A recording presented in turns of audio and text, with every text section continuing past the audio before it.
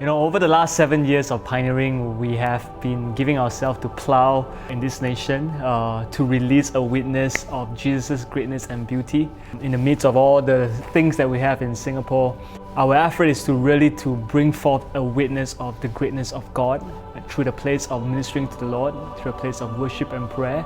Just resemble a little bit like what heaven looks like, is to release a similar witness of heaven on earth. And over the last 7 years, we also have seen, because of that environment, it has produced a company of young men and women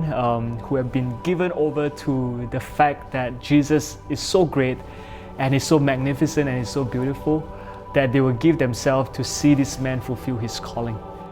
And in the midst of that, we also have kind of seen how they have been caught up in the storyline that God has written in the scriptures because of the weekly coming in and out of just praying the Bible, singing the Bible, and just be caught up with some of these prophecies. We have also seen how the Lord opened their eyes to see the knowledge of His will more than just about their own life and their own will, that they becoming a part of that storyline by being a volunteer. It says, God, how can I fulfill that call and the will that you have in our generation, in our lifetime.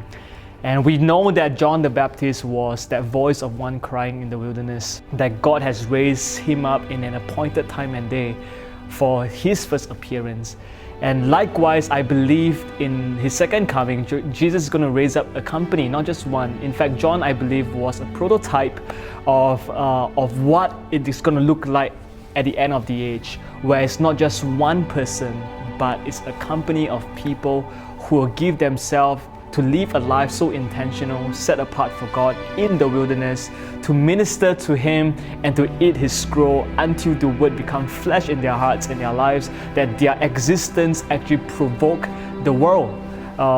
to a wonder of a coming kingdom and a king. And that's exactly what John was. Or rather, his message was more than just his words, but more of his life. And his life actually became a sign and a wonder of a king, of a coming king and a coming kingdom that confounded the people in those days. And I believe that there's an urgency of the hour for us to have understanding, to live beyond just the routine of our life as in our Christendom, but to really ask the Lord for understanding in terms of what He's doing and how we can be a part of it. And in order for us to do that, we have to live very intentionally. Our goal and our focus is to really point people to that day,